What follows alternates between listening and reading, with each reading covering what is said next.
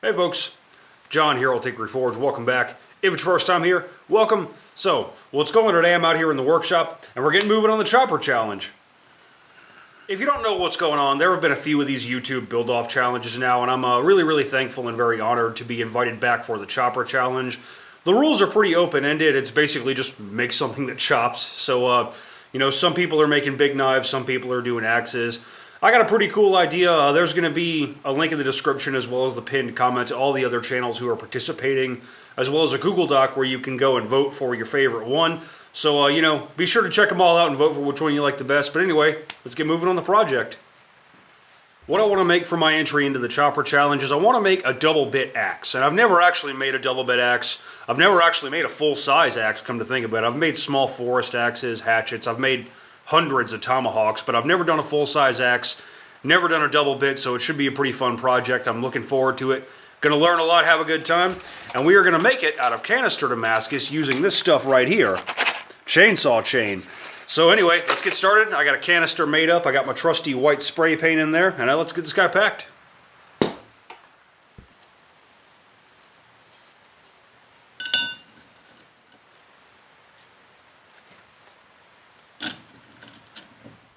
So I bought way more chain than I needed. I bought 3 boxes. There's 3 chains in each one, and I only used like 4 of them to make this. So if the pattern's cool, maybe I'll make more of this in the future, so it's not that big a deal. But let's get some powdered steel in this bad boy.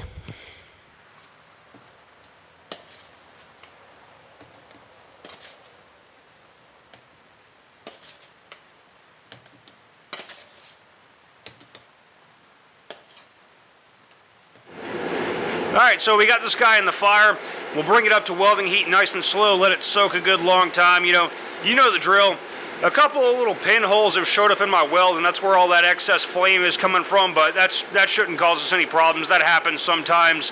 You can take it out of there and try to weld it up if you want, but like I said, that happens pretty often when you're doing canister. All the gases and stuff from that paint burning have to go somewhere, so it shouldn't cause us any problems.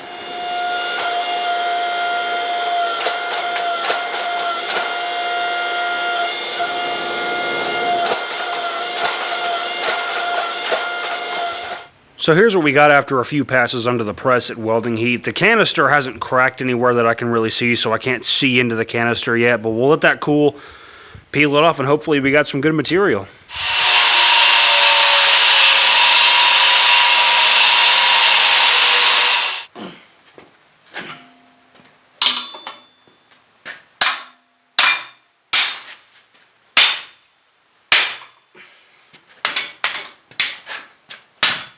Alrighty, the white spray paint worked like a charm, so next thing, we'll grind out that little ridge right there where the seam of the weld pressed into the billet, and then we'll get to work forging this thing. You know, it looks pretty good from here, but with canister, you never really know until you try to forge it and see if it holds together, so fingers crossed.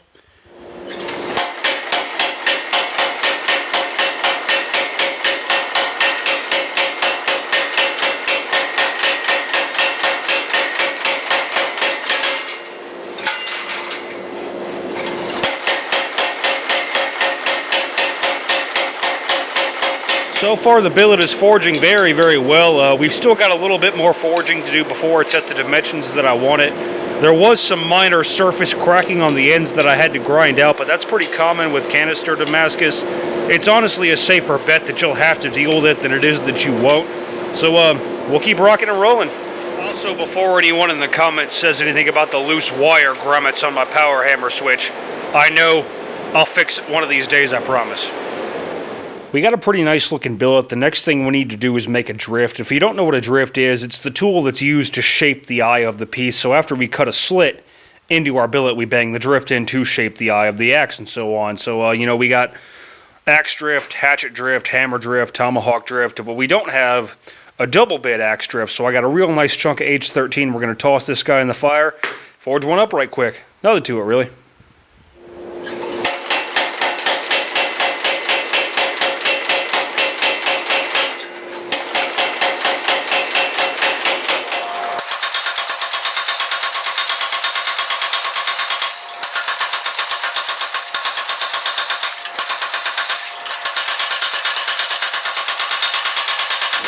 So we got our drift roughed out. There's going to be quite a bit of grinding to do to bring it down to final dimensions, but you know, I'd rather deal with that than risk over forging it. While that's cooling off, we're going to get to work trying to chisel out the eye on this thing. Now, if I was making more than one of these, I'd probably make a special punching die for the press and all that, but since we're only making one, I'm going to try to wing it with my H13 hot cut. We're just going to chisel all the way through and then drift that out. This is actually working pretty good. I'm turning the billet around every feet or so to help keep my hole coming down straight and just keeping the punch fully lubed up, and it's coming along.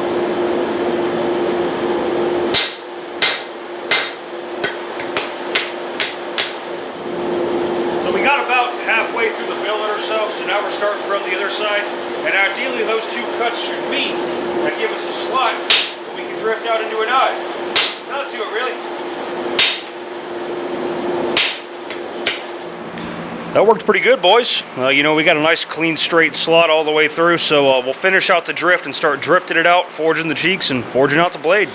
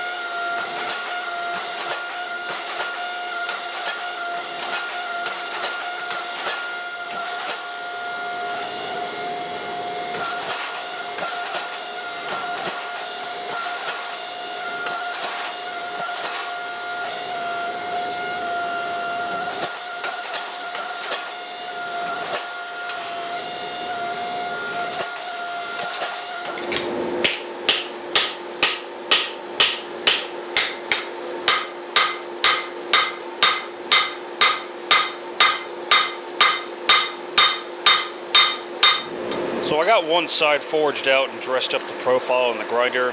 I definitely wish I would have thinned out the cheeks a lot more before I started forging the blade, so that's definitely a lesson learned for the next one, because the cheeks are still way thicker than I want them.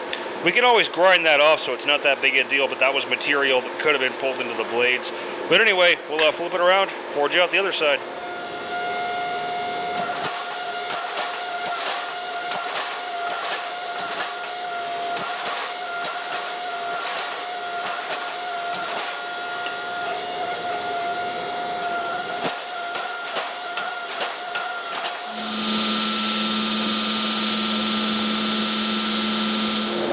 I don't really have a good way to support this thing for the final drifting, so I'm over here on the post vise, got the jaws opened up, standing on a cinder block to get a full swing. Not to it really.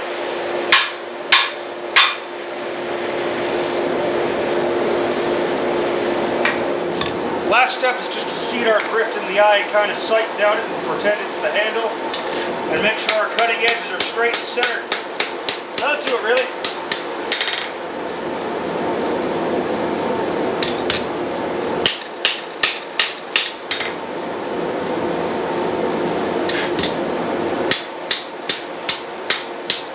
Alright, so we're done with the forging process, and because there's so much grinding to do, especially around the cheek area, I'm doing a little field expedient anneal where I've just brought it up to heat and then shut the forge off and closed off both ends, so it's going to cool down nice and slow, and hopefully that'll give us a nice soft piece of steel to work with, and we won't be grinding on this thing forever. Nothing to it really.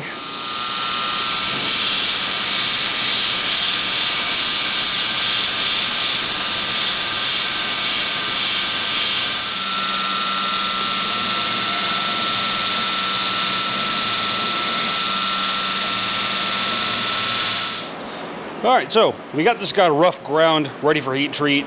You know, I tried not to remove any more material than I absolutely had to, so I could kind of preserve some weight in the axe. It's already a little bit lighter than I wanted.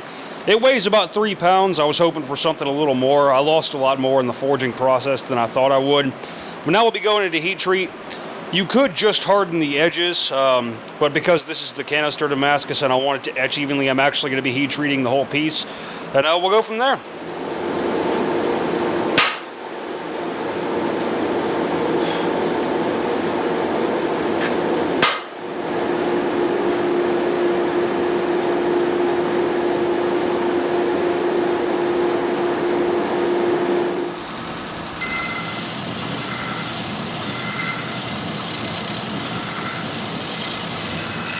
I was kind of hoping to get away with a belt finish on this thing using Scotch-Brite belts before the acid bath, but because it's not flat, there's so many curves, it's nothing like grinding a knife, so achieving a high surface finish off of the belt grinder is just not going to happen, so let's go ahead and hand sand this bad boy. I do want to take a second to kind of talk about these cold shuts on either side of the eye on the top and bottom. The reason those happen is that as I was spreading the material for the cheeks out lengthwise to try to make them thinner and to make the axe wider, I was using a drift that was really close to the finished dimensions, and something I didn't think about is as you pinch that material out, it actually pulls it off of the drift and kind of pinches it. So what I should have done was actually made another drift that was about half the width of the finished dimensions and done all the forging for the cheeks on that. That would have given me more material in this part of the blade also. It's not a structural issue. It can be a stress riser during the quench, but since I don't see cracks anywhere, it shouldn't cause us any problems, but it is a bit of a cosmetic imperfection. So I just wanted to kind of talk about, what that is and why it happens. So if you were going to attempt something like this, hopefully you can learn from my mistakes and avoid it.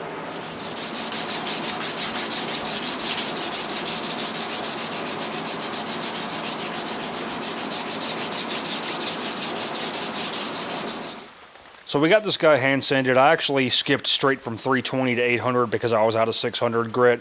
But it's in the acid now. We'll give that about half an hour and see what we're dealing with pattern-wise. So I actually ended up switching to ferric chloride to do the etch because I did 3 rounds in the gator piss and it just really wasn't etching that well. I really think it's because of the cold, or maybe the surface finish just wasn't good enough or clean enough. I'm certain it was some sort of user error because last time I used the stuff I loved it, so there's definitely nothing wrong with the acid. But check out the pattern. Pretty cool. You can see the individual chain lengths. There does appear to be a little bit of surface cracking over here. It's not on the other side, which really doesn't surprise me. All the coatings and crap on that chain, I was kind of expecting we were going to have problems with the forge weld in some aspects, and that kind of looks like that's what that is. It looks like the 1084 didn't really weld to that particular piece of chain or something like that. If this was a piece that I was going to sell or give away, I would toss it and start over, but because I plan on keeping this, I'm not too terribly worried about it. So let's sharpen this bad boy and get it hung up.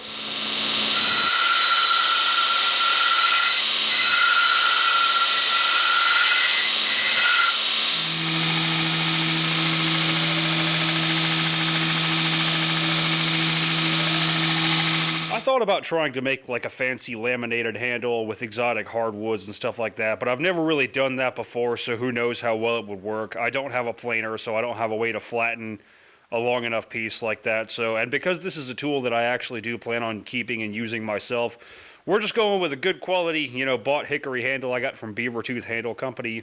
You can usually find handles that'll fit standard double bit axe at Lowe's and Home Depot and stuff like that. But the grain's usually not great, and they got that stupid clear coat on them that gives you blisters and whatnot. So this one is actually, very nicely sanded. It's uncoated. I won't have to do any finish sanding to that at all, really.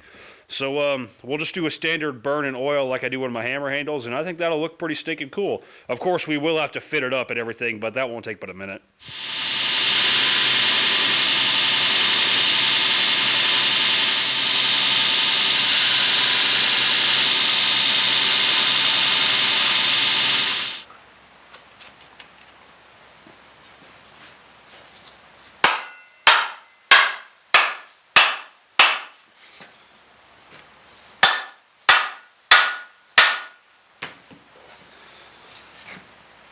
After just a little bit of tweaking with the fit up of the handle, we got the axe head sitting nice. There's no space showing anywhere around, so that's good.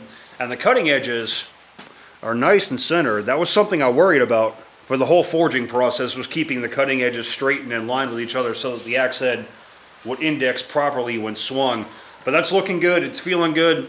So we'll sand up these areas that we did a little bit of work with on the grinder, and we'll get this guy charred, oiled, get a wedge in there, and put it to work.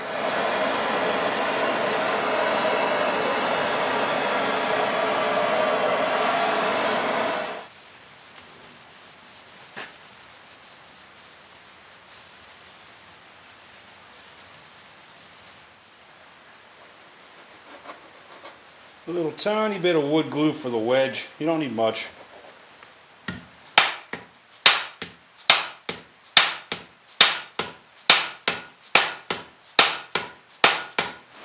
To give the axe a go, I'm just going to take a few swings at this here tree.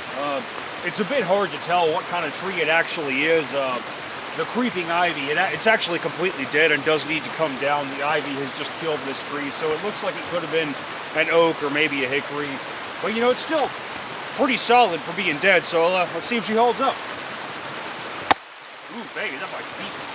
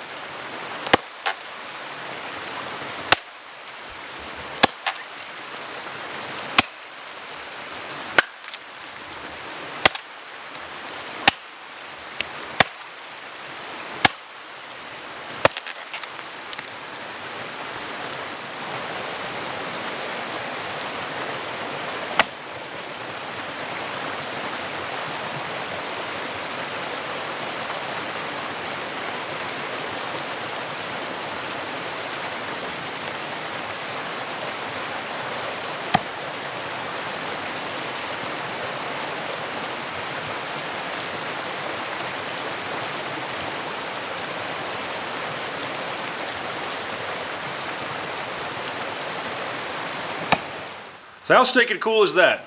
A double bit felling axe made of chainsaw chain. You know, if you stop and think about it, it really does kind of make more sense. If you have to cut down a tree using a chainsaw, they're loud, they're hard to use, it takes forever. It makes a lot more sense just to take the chain off the chainsaw, forge it into an axe and use that. That's a joke, obviously. But I had a really great time with this project. The weight of the axe head is just a hair under 3 pounds. The cutting edges are right at 4.5 inches. There's actually a very long and distinguished history behind the double bit axe. I'll drop a link down below to a pretty cool video I ran across some years ago that this project kind of reminded me of, about the men who actually logged the redwood forests of the Pacific coast. You know, it's the amount of work they were able to accomplish with just basic hand tools like axes and saws and wedges. Pretty amazing. You know, there were men who swung axes like this all day, every day for a living. And you know, watching that documentary, as well as something I've heard from other people, one of the main advantages of the double bit is you had one side you'd keep razor sharp for falling work, and another side that you could keep a little bit duller for doing grub work, like if you were chopping limbs or roots or something close to the ground where you were likely to damage the edge. You had kind of a sacrificial edge you could use, so that's pretty stinking cool. You know, it held up great for all the throwing. I missed a few throws that I didn't film, and this thing hit the ground a few times, and the edge held up great. The handle didn't break. The head's still good and tight. So all in all, even with the few hiccups we hit along the way, you know, some of the imperfect forge welding and some of the imperfect forging, for my first full-size axe, my first double bit, and the fact that we made it out of canister, it definitely could have gone a lot worse than it did. So big thanks to Dennis Tyrell for spearheading this challenge. Big thanks for inviting me. Always an honor to be invited to compete. There's going to be a link down below in the description, as well as the pinned comment, to all of the channels, as well as the Google Doc for everybody who's competing. So be sure to watch all the videos and then go through and vote for your favorite one. But that's not quite all I got for you, so don't leave quite yet. Next base we got to cover right quick is something I'm actually pretty excited to share with you guys. After some years of being on the YouTube grind, I've actually finally gotten my first sponsor. I've never really understood how sponsorships worked or how they got started or anything like that, because, you know, I'll see YouTubers and content creators who have a tenth of the following I do, or even less, being sponsored by big abrasives companies. And I have actually reached out to a couple of abrasives companies, like, you know, hey, here's my channel, here's how many subscribers I got, would you be interested in a sponsorship? And they basically told me to pound sand. They didn't actually say that, but that's how I felt. And I'm a millennial, so my feelings are more important than reality. But let's check it out right quick. So our first official channel sponsor is a company called Lazy K Knife Supply. They're a small family-owned business in Montana here in the USA, producing really high-quality handle material, professionally stabilized burl wood scales, as well as blocks and hybrid resin-type stuff. These are just some of the samples they've sent me to show you guys. So going forward, something that's kind of cool about working with a small business versus a big corporation is there's no stock minute-long video spiel I got to splice into my videos to give you guys. Basically, they just want me to mention them and to supply you guys with some discount codes. So going forward, I'll be mentioning them as a channel sponsor at the start of each video. And in the description box, as well as the pinned comment, there's going to be a link to their website, as well as some discount codes they've created specifically for my viewers. So if you want to head over there and stock up on some top-shelf handle material and save a few bucks, go for it. Last order of business is to pick us a winner for this guy here. If you've seen my recent video where I made a pair of chef's knives out of fossil Damascus to try out gator piss versus ferric chloride, if you haven't seen that video, check it out. But we gave one of the knives away to one of my Patreon supporters, and this guy right here we chose to raffle off to raise a little bit of money to help pay for this year's Blade Show production run. Big thanks to everybody who bought slots. You know, it really helped me out a lot. So anyway, let's go ahead and pick us a winner. Over here on the high-speed little laptop, I got my trusty wheelandnames.com pulled up. I've gone through my PayPal, so everybody who bought slots, your name is on here corresponding to the number you bought. If you bought 10 slots, it's on here 10 times. Patreon supporters, all your names are on here as well. You know, all my patrons get a free entry into whatever giveaway I'm doing. So anyway, let's go ahead and pick us a winner. Click to spin.